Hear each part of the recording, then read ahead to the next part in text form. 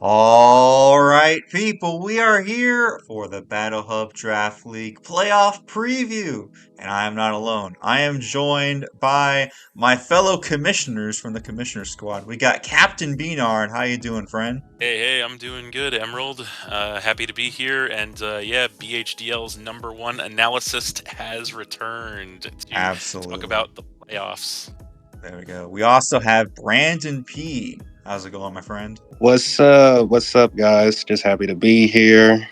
You have your most unbiased commissioner here, ready to give his most unbiased opinion. Absolutely. So as you can see, we've got the preview here with all the top mons from the kill leader. I'm pretty sure at least I double checked most of these; they should be there. But let's throw it over to Brandon to break down the rankings from this season. Yeah, so the rankings from this season, we have Scorpion, who's #1 seed, and then we had Caddy, who finished towards the bottom, but not gonna really talk too much about that. We're really here for the top 8. So we have Scorpion #1, the best, squeezing in at #2 for his second season in a row, placing high on the ladder. And then something I thought was really cool about the 8 people who made the playoffs this season between Scorpion, the best not really, Captain B-Nard, Raymon, Emeraldminer, Biradu, Anastasia, and Pokemaster. Half of the coaches who are in playoffs right now were not even in playoffs last season, such as Scorpion, Captain B-Nard, Pokemaster, Anastasia. So seeing them in the playoffs this season, pretty cool. And I feel like having these new faces in the playoffs is just going to make it even more unpredictable. And I can't wait to see who actually ends up winning it all. Absolutely. Now we're gonna throw it over to Beanard to break down what exactly the matchups are for this playoffs. All right, so moving on, if we take a look right here at our 4 quarterfinal matchups here on the screen right now, you can see we're going to have the #1 seed, the L.E.F Agents, coached by Scorpion, taking on the #8 seed, the California Trailblazers, coached by Pokemaster88. The winner of that game is going to go ahead and play the winner of the #4 seed Raymon and the Mamoswine Doubters, taking on the #5 seed of Demewlition Force and Emeraldminer. And then, of course, on the other side of the bracket, we are going to have #3 seed, myself, Captain B-Nard, and my Philadelphia Pidgeys, taking on Biradu, also known as Biradu from the Discord server, and the ABCDEFG Atacama Tyranitars at the #6 seed. And then, of course, finally, we are going to have the #2 seed, the Piercing Pawniards, coached by the best not really, facing off against the #7 seed Team Aquamarine, coached by Anastasia. So these are some pretty huge playoff matches. There's a couple of interesting things to note about these quarterfinal matches. #1 is that they are all actually rematches from the regular season. Interestingly enough, 3 out of 4 of these matches have actually taken place within the last 2 weeks of the regular season. So, myself and Biradu took place in week 8. Raymon and Emeraldminer and DeBest and Anastasia took place in week 9, actually. So, a lot of very fresh rematches here. And additionally, I want to also note that all 8 of these teams have the exact same composition as far as Pokemon goes as they did the first time they played each other. So these are very cut and dry, tried and true, like 100% rematches between all these teams here. So that's going to make things very interesting. I think it's going to be very interesting to see if any of the results of these games wind up any differently than they had in the first place. Absolutely. We'll get you going right into the first match here, Beanard. Scorpion versus Pokemaster. Absolutely, I will take the lead on this one. So, in our matchup here, we have obviously Scorpion taking on Pokemaster88, and right now you can see those two teams on the screen. So, Scorpion's team here obviously is chocked full of just absolute power, of course. Probably the most offensive team in our league this season. Very hyper offensive, very potent. But I think Scorpion proved something this season as well, at least to me anyway.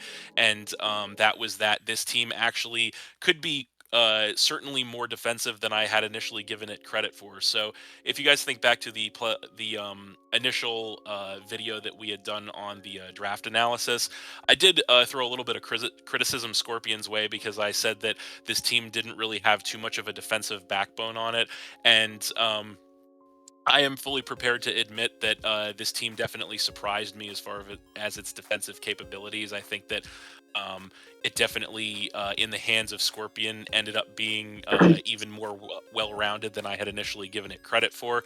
But yeah, just an absolute powerhouse of a team. He's got so much power. He's got, of course, utility. He's got hazards. It's all there, but certainly, obviously, still more of an offensive team. As I had said before, and I stand by it, the amount of offensive pressure this team can apply is just insane. So it's a tall order to take on for anyone. And unfortunately for Pokemaster88, he is the one that has to take it on. So as I had mentioned, these two coaches did do battle in week 3, I believe it was, or as Scorpion would say, week 3. But jokes aside, Scorpion did win that matchup initially, so I think it's going to be an uphill battle for Pokemaster, but Pokemaster's team as well has changed a little bit from our initial draft analysis that we did 3 months ago at this point almost, I want to say, but still a very, very potent squad. He's got that big bad Metagross there, obviously the Terra Blastoise and the Terra Toxicroak, just complete powerhouses. Obviously Blastoise with the Shell Smash and whatnot. Great defense and utility with the Gliscor and the Sylveon. Got the speed factor with the Noivern, even potentially the Sceptile. And then, yeah, also has that Vikavolt for sticky webs and that super, super big X factor in Ditto. So you can never be too sure about setting up against any team that has Ditto at its disposal. So, yeah, it's really going to be an interesting game here. Your thoughts, Emerald? Yeah, I mean, for me, I'm all for the story here, which is Scorpion and Pokemaster have fought every single regular season so far, and now for them to face off in the playoffs here is just incredible. And I kind of just like to look at all the freaking I'm going to be going over this for every single team because it's just so perfect how all these matchups happen. Look at all the parallels between the two teams. You've got the Typhlosion and the Houndoom, Ghost and Fire types, both 95 base speed. You've got these super goober fast Dragon types at 121, 123. You got 2 Shell Smashers on both sides, which there was a whole thing at the beginning where Scorpion actually drafted Blastoise for Pokemaster to get a backdoor deal to then get Hisuian Samurott on his team afterwards, much to B-Nard's chagrin. And then let me see. I feel like there was some other parallels. You've got the 2 Psychic and Steel types, Metagross and Bronzong. You know, both rockers, both Pokemons. You know, like these two teams parallel very well. But just for me, I will say, like looking at Scorpion's side versus Pokemaster's side, Scorpion has an Iron Valiant and a Hisuian Samurott, while Pokemaster's having to use a Metagross and a Blastoise. So just in terms of the raw power output, I feel like Scorpion has the advantage. What are your thoughts, Brandon? I'll admit that Scorpion does have an advantage in regards to the raw output.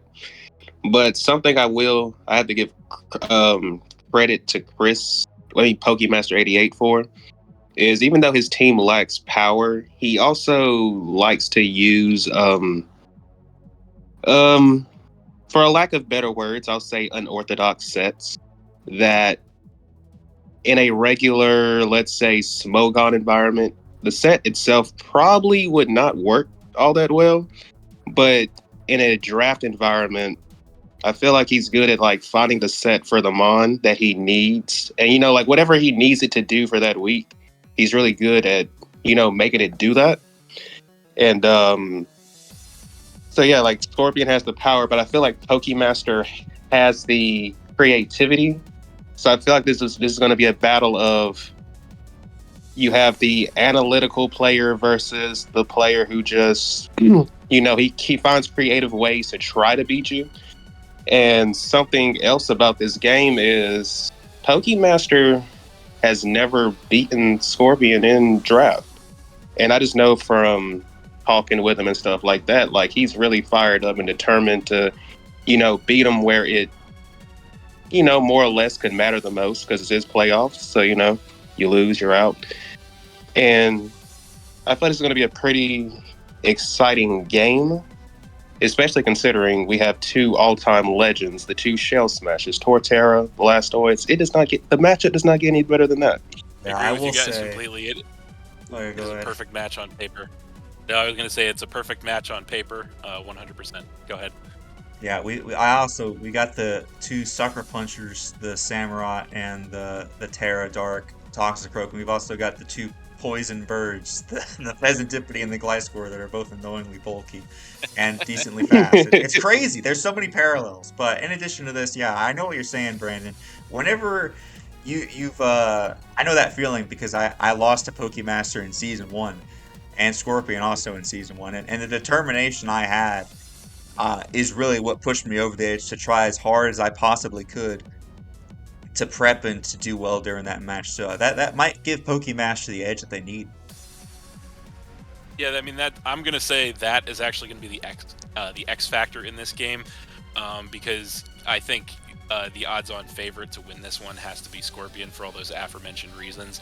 But additionally, I want to say something that we haven't really talked about too much is Scorpion's prep. So I don't take anything away from Pokemaster and his ability to prep well for a game, but I feel like Scorpion's prep, especially this season, has just been next level. Like, the amount of time and effort that he's put into preparing for these games has just been astronomical. Like, every point of every EV is where it needs to be. Like, every damage calc multiple times ran. Like, it's been crazy. So but I do agree with you in the sense that Pokemaster's determination to break the cycle, to break through and just finally get the monkey off his back, so to speak, and try to get the win against someone he's never defeated in draft could be the motivation he needs to get it done.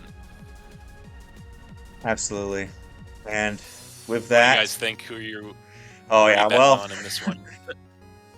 My money's on Scorpion. I'm sorry to say, Pokemaster. He's got the Iron Vow. How can I not root for the Iron Vow and the Iron Crown? Fair enough.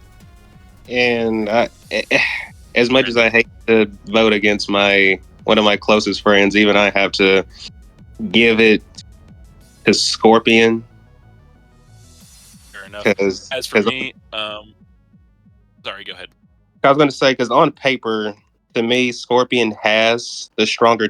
He has the overall stronger team, and you can't really dispute it. But I do feel like Pokemaster has the skill and the tools to win. But I still have to give it to Scorpion. Yeah, I think I'll have to make it 3 for 3, and if my prior comments weren't evidence enough, I believe Scorpion will win this game. Not just because this is a battle of number 1 seed versus number 8 seed, but also I think because Scorpion has the team, he has the commitment with the prep, he has the matchup on paper, he has the raw power, he has the streak, the winning streak against Pokemaster. So I'm not going to say it's impossible for Pokemaster to win, but I think in order for Pokemaster to win, he's going to have to, the creativity is going to have to be so next level that it just blows Scorpion out of the water with something he's not expecting, and that's going to be really, really hard, I think. So as much as I think Pokemaster has a shot, I think smart money's on Scorpion on this one. Yeah. One last point for Scorp, I think, it's that having made it to the semifinals, but then not making it to playoffs last season, just barely off of one loss. This guy's definitely bound and determined to make it to those finals. I think that's also gonna push him over the edge too. With that, he wants it bad. I agree. We'll move on to the next match. I'll take it from here. So in this one, we have the best versus Anastasia.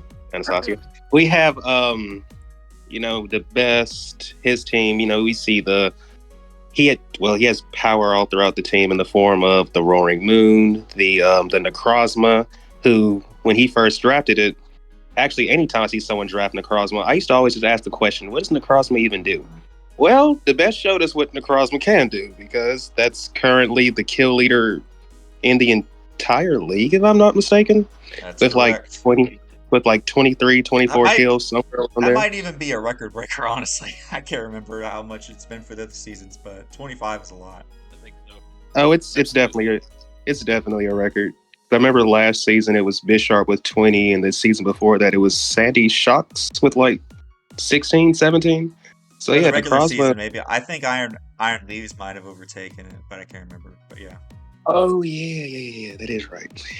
But he also has power in with Landorus, who you don't even have to run attack investment. That thing's still going to hit you hard. Then he has, the Zoroark Terra Captains hit you hard too, with Jolteon and Poliwrath. And then to me, he has some pretty good support mons in the forms of Amoonguss, Tinkaton, Altaria. Sneasel, I'm sorry to leave you out. I just don't know enough about you to even give a comment on you. And something I do like about the best team is the fact that his Terra Captains are, they're not like two mons that hit on the same side of the spectrum. Because, Jolteon is a special attacker, then Poliwrath is a physical attacker, and I like that. And then on Anna's team, on the other hand, she also has, to me, this is like one of the best, well-balanced teams in the league. Actually, I would probably say it's the best balanced team in the entire league, if I'm being honest.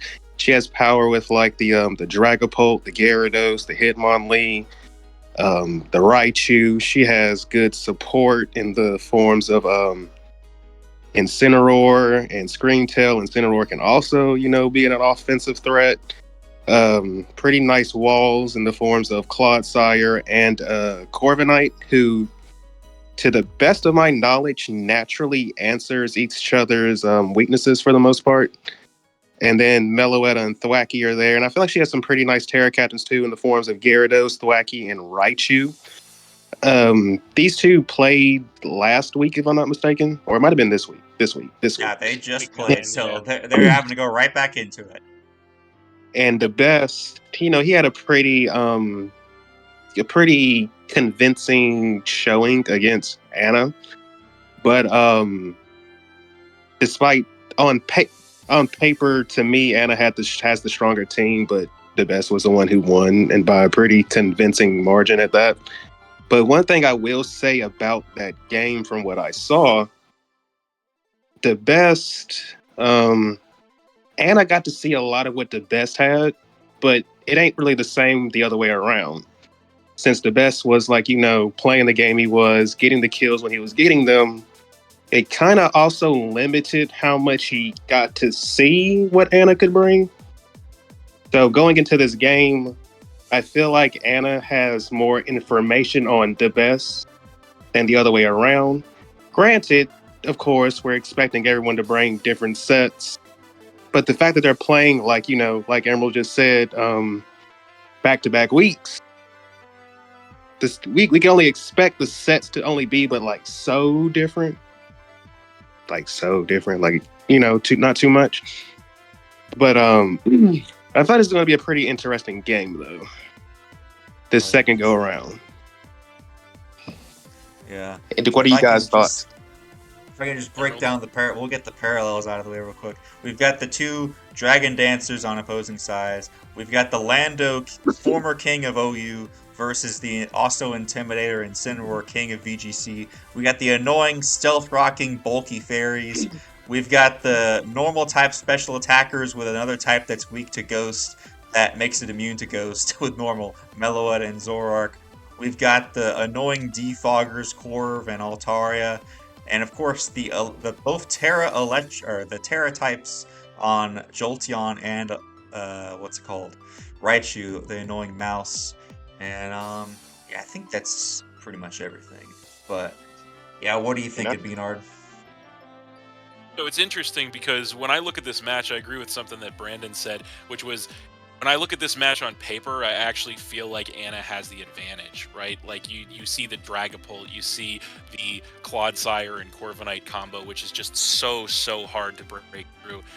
You see the Terra Gyarados, you see the Incineroar, you see the Hitmonlee, you see the Terra Raichu even, and like it just feels like Anna has the matchup on paper. But like you had said, the best won very convincingly. Now, I think that the best team is obviously very strong in its own right as well. Although, interestingly, I will note, if I could call back to our power rankings video that we did, the best is the only one of the teams that made the playoffs that we actually ranked lower than A in the initial power rankings. We ranked them as a B team, again, not taking player skill into account.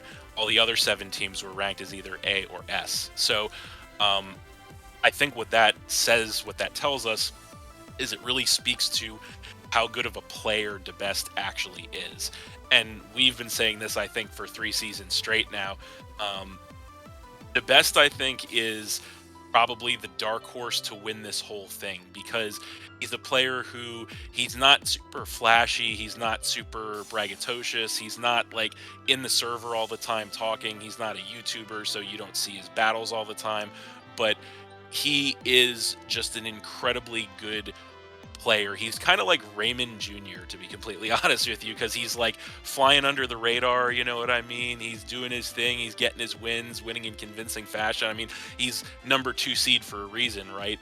And I think a lot of that has to do with just the expert way he pilots the teams that he's created. So I think that I would have to say, not just because DeBest has the better record than Anna, not just because they played and DeBest won, you know, just as recently as this past week. I think DeBest does have the advantage of the matchup, despite it seeming like Anna has the advantage on paper. Now, I will say, I think Anna certainly can win this match. And again, to pick up on something Brandon said, I think if Anna wants to turn her fortune around this week, it's going to come down to information, and it's going to come down to learning from your mistakes. So if you watch that game between DeBest and Anastasia, you will see that DeBest was just making the reads, he was making the plays, he was making the predictions, and I think if Anna wants to turn that around this time, excuse me, she's really going to have to learn from the mistakes that she made last time and use that wealth of information that she hopefully acquired from the previous match. Because let's not forget, this is Anna's first draft league ever, so I give her all the credit in the world for making it to playoffs. That's not an easy feat to accomplish, especially in your first draft league. As Brandon said, putting together what is probably the most well-rounded team in the entire league. All the credit in the world for that. And I think Anna is a very solid player, but I do think DeBest has proven with his ingenuity and his ability to pilot teams that he might have it once again here. Yeah, I mean, DeBest has really, I feel like he's had a Shuey and Zoroark all 3 seasons, right? I want to say. I think so. I feel like he's just continuously had this like growth, like over the course of the past 3 seasons, like very linear growth. He's just continued to get even just across the course of this season. And of course, Anna, she's coming in fresh start, and she's already made a huge splash, if you will, with the Primarina there. But absolutely, at the end of the day, when I look at these 2 teams, like Anna's top 6. That's what I expect to see, and I'm pretty sure that's what she brought. I think, at least, I'm pretty sure that's what she brought. Maybe I'm wrong, but for the most part, this is what she brings.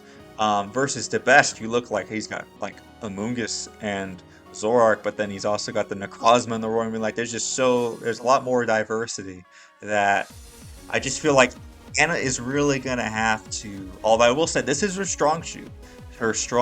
She builds very creatively, and she's able to surprise her opponents. So she's going to need the surprise factor in order to take on DeBest. But DeBest, he also does that as well. He's also got some crazy sets. Like I think he was using like Fire Spin Altaria in that last game. So both I think no matter what, I really hope that we can see this game because there's going to be some very creative sets. I can tell you that much. But yeah, Yes, Anna, my make it money's happen. on Give it. us that Fontaine style. Give us that Yes, Fontaine style recording. Do it.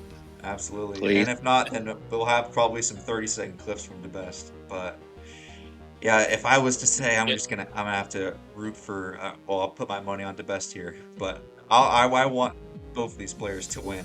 I'm rooting for both. Oh, I understand that. Although, unfortunately, that is mathematically impossible. But, Yeah, but I I understand where wish you're coming everybody from. could just win, but it's impossible. You're too nice. You're too nice. Brandon, who are you thinking? Who is your money on this one? I'm gonna answer the question like this.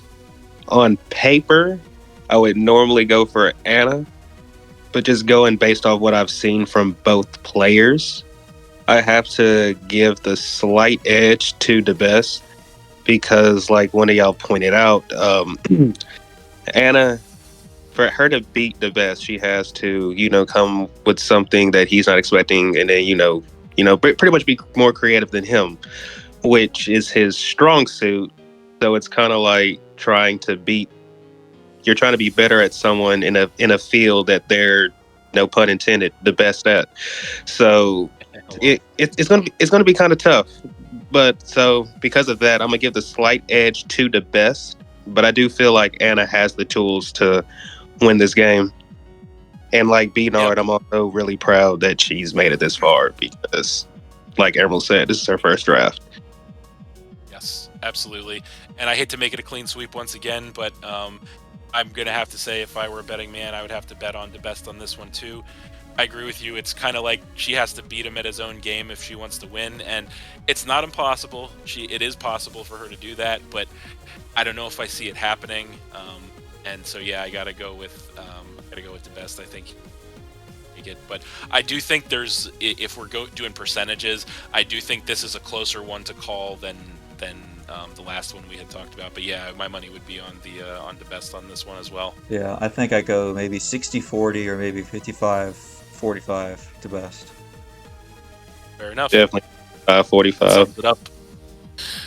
All right, let's move on now to. I would say might be even closer than the best It versus is. Oh, Anna. I think so too. We've got But you'll take the lead on Biradu this one. versus B-Nard. So we can get the parallels out of it. We've got these two super fast goobers that double their speed with their own either sand or terrain or something like that.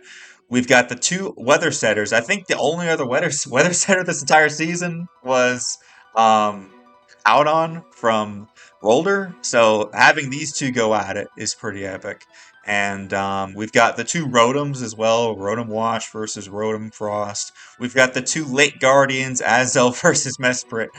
We've got, let me see, that might be about it. But we've got the Vileplume and the Arboliva, two slow, super bulky grass types. But yeah, apart from that, to the actual matchup itself, um, Biradu has this nice and powerful sand core, which at the end of the day, to me, it's probably going to be a weather war. Whoever manages to get rid of the opposing setter and do their own thing, can get going. I will say Biradu having a rapid spinner over a defogger, at least for me, is just a little bit better. Thick and hazard stack versus B-Nard maybe. But they still have the defog Sizzler. It really, what this game's going to come down to, in my opinion, is who is going to have the momentum, who is going to be in a better position. This is going to be a brutal game of position and power, and yeah, it's going to be tough.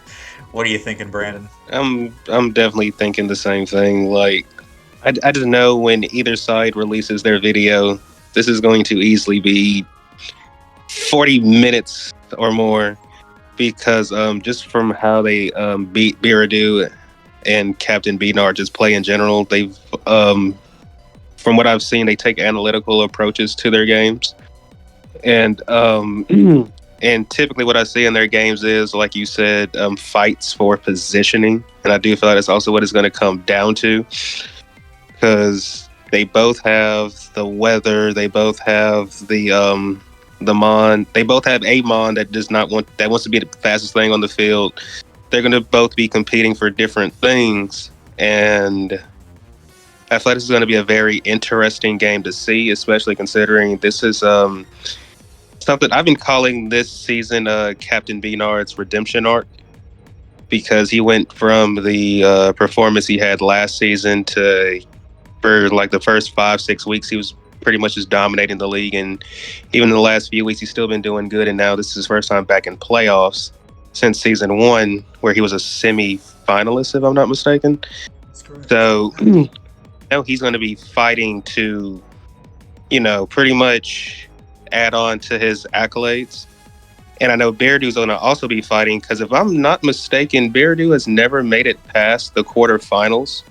So this is like That's this is like right. so this is like his best time to try to make it to the semifinals. So they both what I'm trying to get at is they both have something to fight for in this game. So I feel like it's going to be a pretty close game. Hard fought too for whoever wins. You got any other Yeah, thoughts, so- B-Nard? Oh, I got a bunch actually. So, as always. So, my first thought is that I bet you guys didn't know this, but Biradu is actually also known as Biradu from the Discord servers. Of course, we have to state that. All right, Second of all, we should I have said that at the tops. I should. Yeah, you dropped the ball on that one, but that's okay. We'll forgive. I was going to leave it to you. Yeah. So yeah. The other thing that I bet you didn't know is that the actual pronunciation for his team is A B C D E F G. It's not Atacama. But Of course, um, my mistake. jokes aside.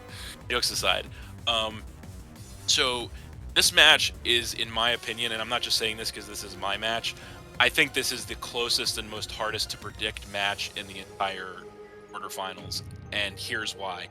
Because going into this match, you have myself, who actually has the better seasonal record than Biradu on the one side. On the other side, you have Biradu, who actually defeated me at the gate of the regular season. So it's a very interesting power dynamic here, as you mentioned. Obviously, Biradu has been heavily reliant on the sand core the whole season, although interestingly enough did not bring it against me the first time around, fearing the weather war and not wanting to engage Alolan Ninetales with the weather war. Maybe he'll do the same the second time around. Maybe he'll stay the course, or maybe he'll change it up. We don't know. But yeah, I do think the teams are very evenly matched on paper as well, as you had elaborated on, Emerald.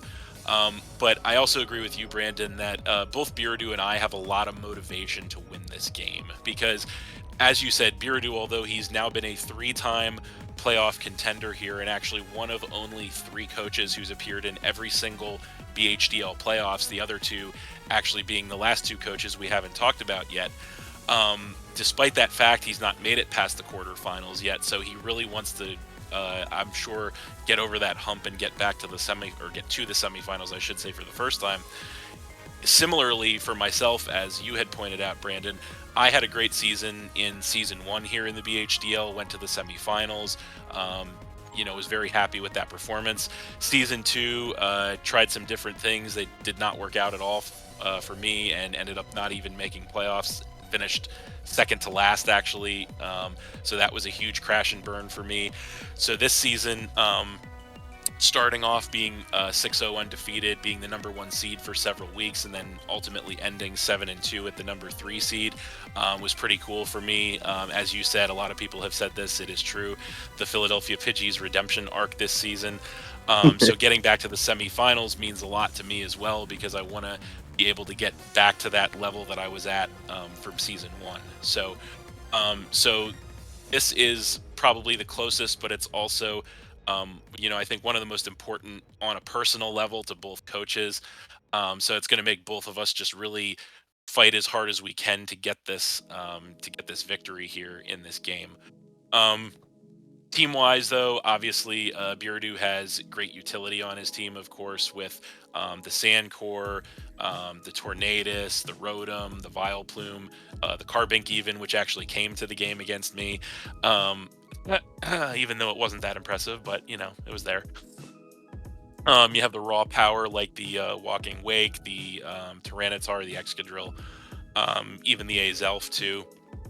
And then also the well-placed Terra Captains. A lot of the same things can be said for my team. I got my powerhouses on there, obviously. I have my walls. I have my utility. But I do agree that this, at the end of the day, this is just going to come down to a fight for position. And whoever can win that fight for positioning and get, maneuver themselves into that spot first is probably going to get the win. So, yeah, but as far as who wins this, I don't know. I'm not going to pick a winner, I don't think, on this game. I'll leave it to you guys. I don't want to pick a winner in my own game, but I think it's just really, really hard. I think this is the hardest game for this playoffs to pick a winner on. But if you guys could take a stab at it. Well, I'll put it like this. In the something I've learned to not fight is traditions. And traditionally, in the BHDL, two things happen. In playoffs, the higher seed normally wins. And something else that happens, when someone loses once, they typically, not always, but typically win the rematch. And Captain B-Nard has both those factors going for him into this game. So to make it easier on me to pick between these two coaches, because I agree with Captain B-Nard, this is like the closest one to pick. I'm gonna just sway toward Captain B-Nard's side, and I feel like he'll. Oh, you stole my reasoning, and I was gonna say that same thing. So I had to beat you to the punch. Had to make sure I got it out first. Absolutely. Well, I'll play devil's advocate and say that I think that Biradu is going to be really determined. I mean, well, I think both of these coaches are determined because I want to root for both of them because I just feel like I've wronged them in the past with hacks. Well, it's not just a feeling; it is a reality as well. But yeah, I mean, that's another poetic thing that B-Nard who I froze in season 1 and Biradu who I crit in season 3, and they're going at it and like, man, I want both of these guys to make it to the semifinals, but only one can. But I don't know. Looking at Biradu's team, I do feel like if he can get this Sandrest extra drill and this Houndstone going, if he can get that Walking Wake to just spam Specs Hydro Steams or something like that, I don't know. But at the same time, B-Nard also has like this Sneasler that could set up an SD and also just start putting in work. So, like I said, it's really going to come down to positioning and whoever is able to do that better. But I'll just play devil's advocate and root for Biradu. So sorry, B-Nard. But I hacked him more recently, so I'm rooting for him. It's all good, man. We'll split this one down the middle, and that sounds fair enough to me. It can go either way. And then with that, we'll get into our last matchup here. Indeed. And since Emerald decided that he was going to root against me in this one, I think it's time for me to repay that. No, I'm just kidding. All right. So our final quarterfinal match we have to talk about is, of course, the reigning two-time BHDL champion Raymon taking on the man on the call with us, of course, the second most decorated BHDL player so far. That is actually Emeraldminer. So, looking at these two coaches, these two teams, it's an interesting story. So beyond the teams, because both of these coaches have made a couple of transactions over the course of the season to kind of iron out the kinks in their team. I like both of these teams a lot. Of course, Raymon's got his heavy hitters like the Bax Caliber, like the Duraludon, the Ogerpon even hits hard, the Glamora hits hard, and his utility, the Thunderous and the Whimsicott for utility, just the Swampert, the Porygon as well, hit hard and utility. But of course, Emeraldminer, the king of hazards, as he likes to be called, has, obviously a fire team as well.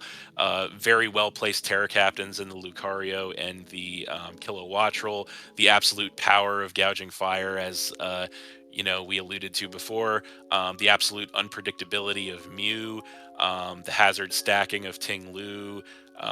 Just the utility of the Serena, the Quillfish even, the Cryogonal, and actually the Driftbloom. And then, of course, we can't forget the Azumarill, just the raw power that's there. But this goes beyond teams, I think, because as I had stated on the last slide, these are the other two coaches here. alongside with Biradu, that are the 3 coaches that have actually made playoffs all 3 seasons here in the BHDL. So these are the 3 teams that have historically done the best in the BHDL, and 2 of them are facing off against each other right now in the quarterfinals. Now, it's interesting because Emeraldminer and Raymon have played many games against each other in Draft League, and there has been one common denominator throughout the first 2 seasons of the BHDL, and that is, as I had mentioned, Raymon being the most decorated, the 2-time champion in our BHDL, but Emeraldminer being the second most decorated competitor, being a former finalist and a former semi-finalist. Now, the common denominator here is, unfortunately for Emeraldminer, that Raymon has actually eliminated him from the playoffs both prior seasons. And first it was in the finals, then it was in the semifinals, now they're facing off in the quarterfinals. So, will history repeat itself? It very well could. And to take a page out of Brandon's book, and maybe he's going to say this as well again, but history is a lot in these types of scenarios. So I don't think it's a foregone conclusion, but it's I think when you look at these teams on paper, they're very evenly matched. When you look at these coaches, I actually think they're very evenly matched in terms of skill.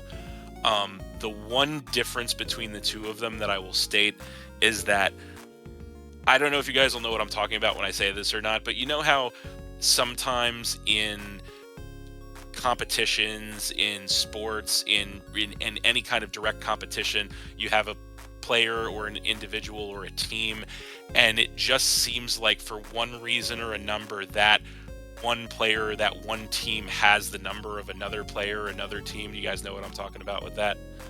I think so, yeah. Yeah.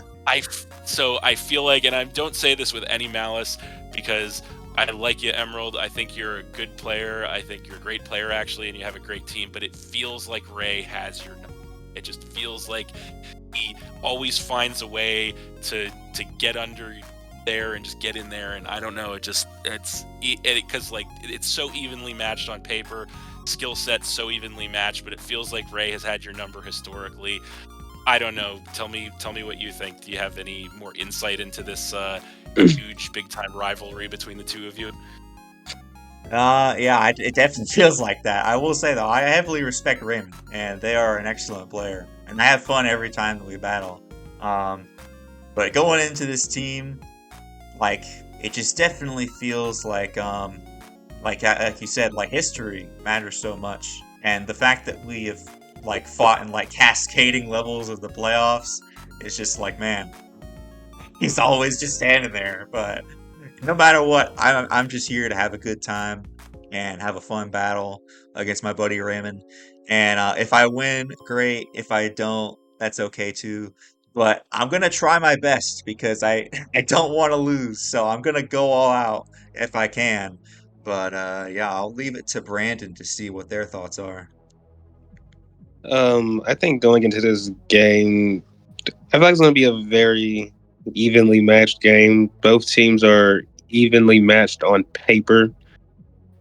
But something I do want to also point out is when I think like the last couple times Raymond and Emerald have played, it just seems like each game Emerald is getting ever so slightly closer to winning against Raymond. And we are in a because I remember for example in the playoffs last season, Raymond won 3-0. When they played this season, Raymond won 1-0. And now they're about to play again not too long after that. So the fact that the game was that close in the first place, I feel like I do agree with what Captain B-Nard said.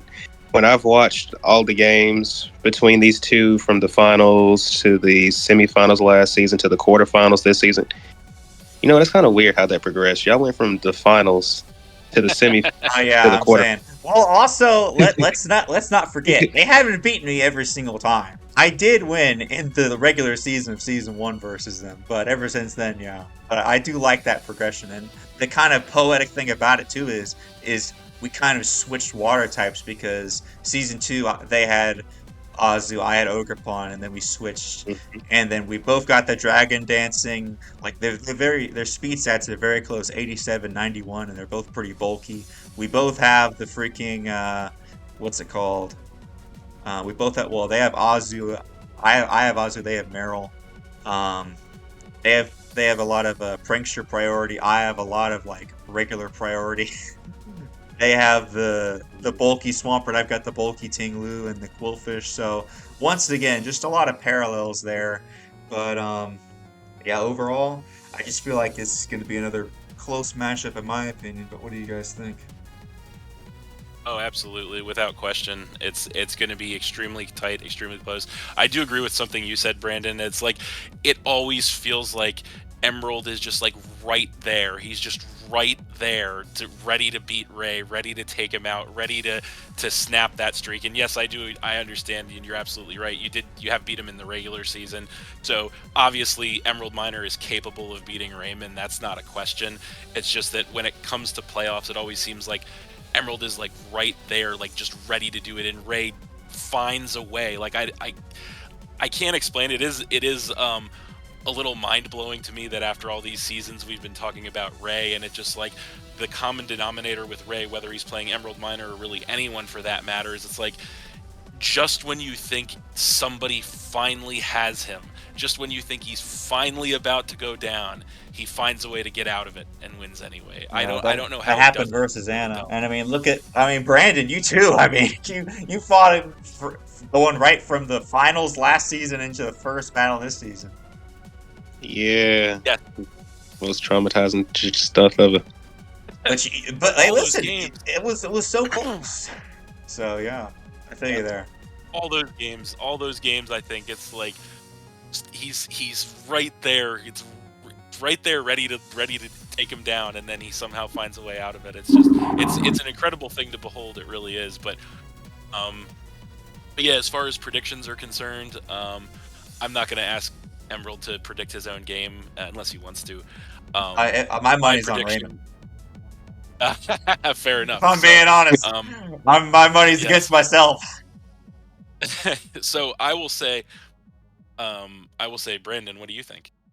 Well, if I'm going to be a betting man, it's kind of hard to bet against the two-time champion. So I'm gonna just have to give my I'm gonna have to give my vote to Raymond for the time being. Yep. Not to make it another clean sweep here, but I think I'm also going to have to go with Raymond for all the aforementioned reasons. I will say this though, I think if anyone can eliminate Ray finally from the playoffs, I think it is Emerald. I will say that much. I think that, like I said, Emerald has been so close so many times. I think that if somebody can do it, it certainly can be him. As we said, he has beat him in the regular season before. Um, but it's just I can't bet against Raymond, like you said. I've said it before, and I'll say it again. The smart money always bets on Raymond to win. It's just like I said. It's just not to beat a dead horse, but like he just finds a way. He always like when he's playing Brandon, when he's playing Anna, when he's playing Emerald. Like it looks like he's down and out. It looks like he's on the precipice of losing, and then he just finds a way to get out of it. So I gotta say, smart money's on Ray always. I definitely feel that. I definitely feels like I don't know if you guys have seen Beyblade, but like Jinga versus Kyoya or like Goku versus Vegeta. It's just like Yeah, it's like I'm almost he's the there, but Goku. I just can't quite do it. You just can't quite He's get the there. Goku to he's the Goku to your Vegeta. I get that reference 100%. Yeah, but But to one be last thing I fair, think. Oh yeah, one but to last be thing I want fair, to hit on. Oh, go ahead. Vegeta. But to be fair, Goku has never beaten Vegeta in a fight. People look over that. People look over that. I just wanted to point that out, and that's it. Maybe the Kyoya reference is better then because he has beaten him. But Kyoya has always come very close, and in one battle they tied. Like their base stopped at the exact same moment. Oh yeah, I remember But that. yeah, but one Fair enough. last thing. I feel like they usually in these videos have tried to predict who's going to win the whole thing. So I'm not sure if we want to try to do that. Yeah, sure. Let's go ahead. You take a shot. Let's make bold predictions now. Who of these 8 competitors do you guys think is going to take the title of Pokemon Scarleton home? Yes, So who's what do you gonna think? get the bag? I mean, I'm with Brandon. I like going with tradition. It's worked out twice now, so I don't see why it wouldn't work out again. I definitely think that it's gonna be Scorp, Raymon, B-Nard, the best, and then I'm sorry, B-Nard, but I think the best might win, and then Scorp, and then I think it's gonna be Scorp versus the best at the end, and then Scorp wins. At least that's just that's just based off the rankings. That's how it usually goes, but we could be wrong. It could be anybody, but my money's on Scorp at the end. Or to win the whole thing, Brandon, what do you think? Um, I'm also putting my money on Scorp. Not Oh, for, okay. and All not right. for not because of like where he's necessarily where he's in standings, but more so just because of just seeing where like how he's progressed through the last the last couple drafts he's been in, and just me feeling like personally I feel like he should have been made it to like the finals at least once, and I just feel like this is fine. This is time to do it and potentially just Give win it it his all. time. All right. Hmm. So you guys think Scorpion is gonna? This is his time. Damn it. That's what he's saying. Um, as for me, I'm going to take a little bit of a left turn here, and I'm going to disagree with you guys. I'm going to say I think the coach that will take it all this season is going to be none other than Captain Beaner. No, I'm just kidding. Um, no.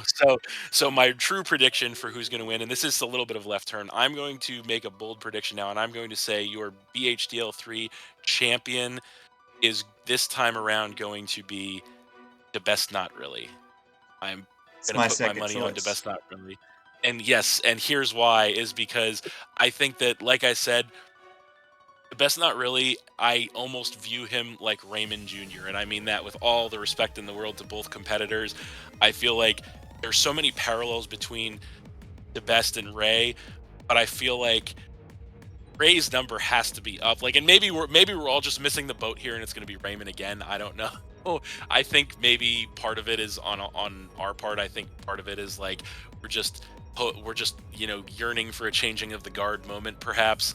Um, but I think I'm going to go with the best, and the reason I'm going to put my money on the best to win the whole thing is because he has all of the same positive attributes for the most part as Ray does. I'm not sure how he preps or how much he preps. Ray might have him on that. But as far as creativity and ability to pilot the team that you draft, I think the best has just been outstanding. And like you pointed out with the growth of Scorpion, I could say the same thing for the best, and I will. I think the growth of the best as a player from season 1, where he was dead last, 16th place out of 16 coaches, to being in season 2, being in the semifinals, to now season 3, I think he might have what it takes to get it done this season. Although I do think I certainly respect your Scorpion picks, and I think there's a strong possibility that could happen because I've seen the progression there as well. But my money would be on the best for those reasons. I think he's the dark horse pick to win it all, and that's the pick I'm going to go with. I think at the very But least, of there's course, a very good chance of a Scorp versus the best finals, which I think would be super epic. And you know he's gonna absolutely. write up a novel for that Oh my God, for yeah, after the that's going to be battle. a It's gonna storybook. be legendary.